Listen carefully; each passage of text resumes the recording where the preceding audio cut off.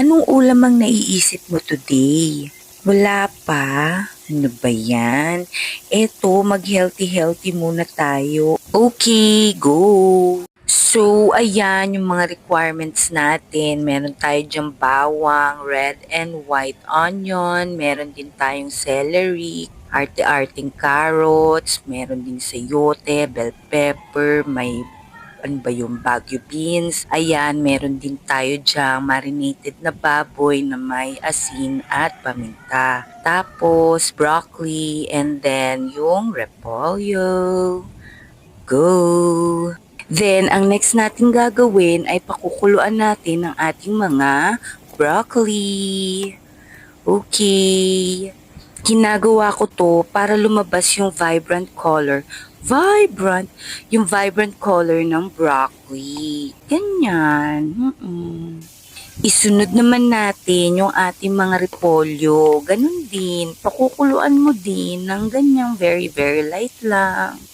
Then, gisa-gisa na tayo. Ayan, inuna ko yung red and white onion. Ganun lang. Tapos, sunod naman yung garlic.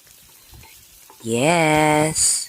Tapos ako, ayan, ilalagay ko na yung oyster sauce, tsaka yung black pepper, and then yung toyo, ganun. Tinitimplahan ko na agad. Depende naman sa inyo, no? Kanya-kanya naman tayong paraan ng pagluluto. Pero ito, ganito kasi yung paraan ko ng pagluluto ng chop suey. Okay. So, ayun, nakita nyo, sinunod ko na yung carrots, tsaka yung Baguio beans. Kasi, yan yung mga medyo matigas na part ng gulay. Part ng gulay. Okay, so next naman natin yung sayote. Yes. Ayan, ganyan lang. Eto na nga, o diba, may hinahanap ako eh. Sabi ko parang may kulang. Yes, nakalimutan ni mother. Isama sa paggisa yung mga baboy. Kakaloka. So ayan, ihabol-habol na lang natin siya ng ganyan.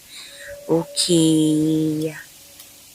Tapos, sama na natin dyan sa gulay, ganyan. Tapos, hintayin lang natin yung broccoli. Ayan, ayun na pala. Okay. Ayan, nakulangan pa ako sa paminta, kaya add lang tayo ng paminta ulit. Then, yung celery, i-add natin siya sa medyo last part na ng pagluluto. Kasama niyan yung bell pepper, tsaka yung cabbage. Para yung crispiness, tsaka yung freshness nung celery, mareretain pa rin natin kasama ng bell pepper, tsaka